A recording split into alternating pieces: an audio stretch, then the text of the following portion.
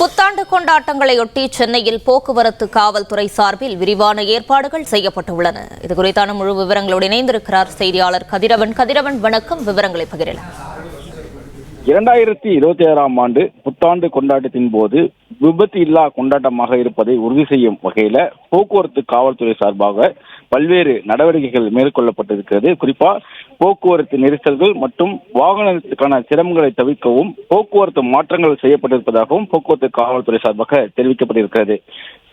இந்த கொண்டாட்டங்களுக்காக மெரினா கடற்கரை, எலியட் கடற்கரை போன்ற பகுதிகளில் போக்குவரத்து மாற்றங்களும் செய்யப்பட்டிருப்பதாகவும் தெரிவிக்கப்படுகிறது. காமராஜர் சாலை மற்றும் எலியட் கடற்கரை மற்றும் அதை சுற்றியுள்ள பகுதிகளில் இன்று இரவு 7 மணி முதல் நாளை காலை 6 மணி வரை போக்குவரத்திற்காக மூடப்படும் என்றும் தெரிவிக்கப்பட்டிருக்கிறது.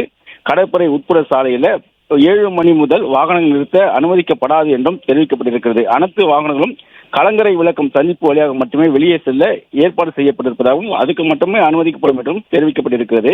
அதே போல காமராஜர் சாலை போர் நினைவிடம் முதல் கலங்கரை விளக்கம் வரை இன்று இரவு 8 மணி முதல் நாளை காலை 6 மணி வரை போக்குவரத்துக்காக மூடப்படும் என்றும் தெரிவிக்கப்பட்டிருக்கிறது. அதே போல அடியாறு பகுதியில் இருந்து காமராஜர் சாலைக்கு செல்லும் வாகனங்கள் கிரீன்வே சாலை தெற்கு கால்வாய் சந்திப்பில் திருப்பிவிடப்பட்டு மந்தவெளி, ஆரேபுரம் 2வது மெயின் ரோடு வழியாக, அதே போல RK but road, Luz Mylapore வழியாக செல்லலாம் என்றும் தெரிவிக்கப்பட்டிருக்கிறது.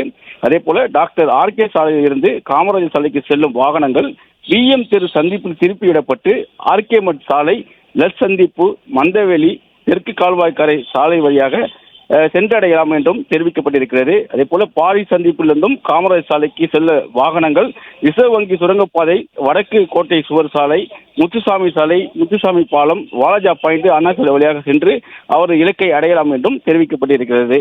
அதே போல வாலாஜா சந்திப்பிலிருந்து காமராஜர் சாலையை நோக்கி வாகனங்கள் செல்ல அனுமதிக்கப்படாது என்றும் தெரிவிக்கப்பட்டிருக்கிறது. இதே போல பல்வேறு இடங்களில் போக்குவரத்து மாற்றங்கள் செய்யப்பட்டிருப்பதாகவும் தெரிவிக்கப்பட்டிருக்கிறது.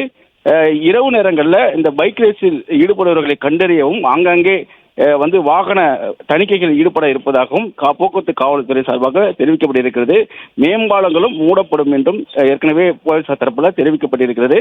இது போல பல்வேறு கட்டுப்பாடுகளும் அதே மாதிரி இந்த வாகன அத்துமீறலில் ஈடுபடுவதற்கு கண்காணிப்பதற்காக ENPR கேமராக்கள் மூலமாகவும் CCTV கேமராக்கள் சேவைகளை பயன்படுத்தி அவர்களை கண்டறிந்து விதிமீறலில் ஈடுபடுவதை மீது வழக்கு பதிவு செய்யப்படும் என்றும் போக்குவரத்து காவல்துறை சார்பாக தெரிவிக்கப்பட்டிருக்கிறது. புத்தாண்டை முன்னிட்டு வாகனம் ஓட்டுதல், குடிபோதையில் வாகனம் ஓட்டுதல், அதிவேகமாக ஆபத்தான முறையில் வாகனம் ஓட்டுதல், சாகச சவாரி செய்தல், இருசக்கர வாகனத்தில் மூவர் செல்லுதல் போன்ற இந்த விதிமுறைகளில் ஈடுபடும் மீது கடுமையான நடவடிக்கைகள் எடுக்கப்படும் என்றும் அவர்கள் வாகனங்கள் பறிமுதல் செய்யப்படும் என்றும் காவல்துறை சார்பாக தெரிவிக்கப்பட்டிருக்கிறது. விபத்து இல்லாத ஒரு புத்தாண்டை கொண்டாடும் வகையில் இந்த ஏற்பாடுகள் செய்யப்பட்டிருப்பதாகவும் காவல்துறை சார்பாக தெரிவிக்கப்பட்டிருக்கிறது. நன்றி கதிரவன். பிளே ஸ்டோர் மற்றும் ஆப் ஸ்டோரில் இருந்து பாலிமர் செயலியை QR கோடு மூலம் பதிவிறக்கம் செய்யுங்கள். செய்திகளை உடனுக்குடன் பெறுங்கள்.